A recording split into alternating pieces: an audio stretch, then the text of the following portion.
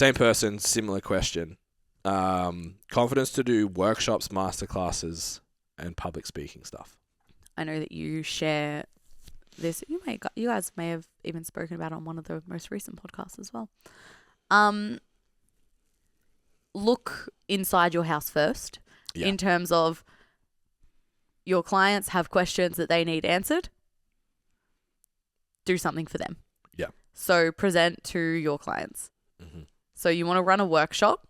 Stop thinking about the fact that you want to get your ideal client at that workshop and start by getting your client at that workshop. The people that are going to have the most buy-in, so everyone fears doing something that no one's going to show up to because that's a big hit to your ego. Yeah, it's terrifying. If we look at it on the other end of the spectrum, people that are already all in, backing you 100% and paying for your service are going to be like, fuck yeah, you're going to give me more information.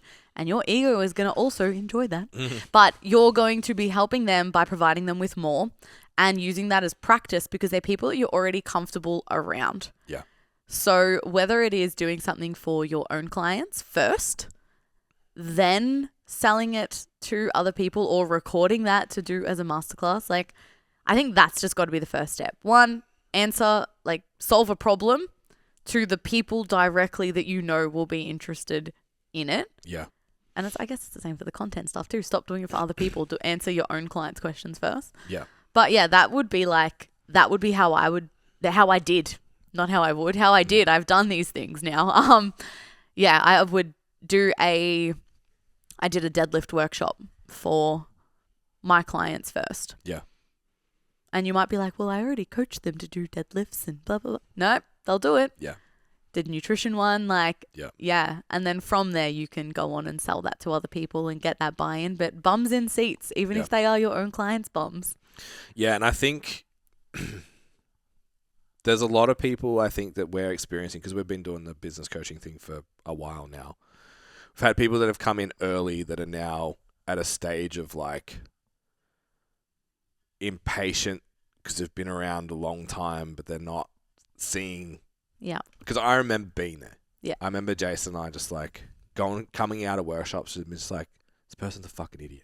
Yeah. And they're dominating.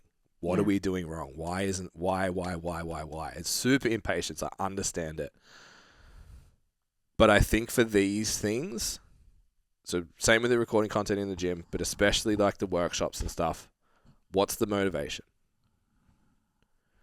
Because when we have a conversation about the motivation to do events, it's we want to get in the rooms with the people we work with. We know that if we catch up with them in person, creates better relationships, gets better outcomes. For us, it's super rewarding because we get to hang out. That's usually, when we travel, that's number one. Yeah. It's like, hey, let's go to Sydney. And hang out with all our friends. Yeah, and then it's like, how do we pay for that? Yeah. We'll run a workshop and we'll make it really valuable. Everyone will get heaps out of it. And then we get to do all the fun social shit around it. And that's like why nowadays we travel. Yep. When Jason and I first started doing workshops, they were 10 to 15 minutes before we ran like muscle camps. Yeah. It was like 12 people paired off, went and did a bodybuilding program. Yeah. Had one for fat loss and one for like hypertrophy. And it was like, we're going to present protein. 12 people present it. Next week, my turn. Next week, your turn. And we did that. I think we ran that twice for like both 16-week camps. Yep. And like that was our first workshop. Yeah. Then it was like, okay, well, let's hire out the Group X room. We'll do a full hour. We'll bring all of our clients, open it up to the gym, but it's for our clients. Yeah. And then like all of a sudden last year, we did our first like $5,000 room sold out. Yeah. Even that still wasn't, I think the trap that people are getting in is they come from a place of like, this will look good and get me clients. Yes. So running that event gave us some clout and we used the photos a lot because it looked fucking awesome. It was the most beautiful venue ever. But that's not where it started from. No. Okay, so what if no one comes? We'll record it. We'll use it for content. It's a really useful way for us to have our third reel for the week on both channels for the next 6 months. It's one event like that. So cool. All right. So if no one comes, we're okay. Like it's still an expensive way to make content, but It's fine. Yeah. I think people are coming at it from, if I do this, I'll look impressive. People will think it's good. I'm good. My service is good. I'm whatever. Like, there's a little bit of clout. And I know a lot of people want to do it because they're like, well, it's a cheaper way for people to want to see what I'm about before coaching with me anyway. And Yeah. it's like this self-righteousness. Yeah. It's like, I'm at a point now where you should just pay and come listen to me. Yeah. I'm still not there. I'm sure people are. But that's not the motivation for why we do things. Yeah. And if you're just starting out with it, that's the lens that you want to think.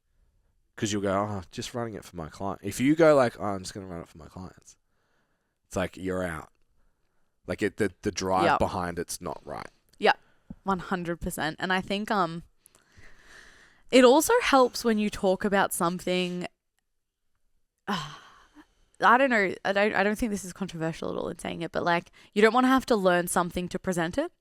Talk about something that you're like really, really confident about too. And I think that's a really small but important piece of advice as well. Like, I'm going to present a nutrition workshop, and then you're going and like having to like look up all these like, this minutia, like these small details that like your clients aren't going to care about anyway. Yeah. So going into something that you know like the back of your fucking hand. Yeah. That you're passionate about it because you know how much it helps people. Like, for me, that was a deadlift workshop. Yeah. Yeah. Well, even like you basically did like the 1K week prezzo. Yep. When we went to Queensland last year. Yep. And it was like, well, I've just done this with 3 people.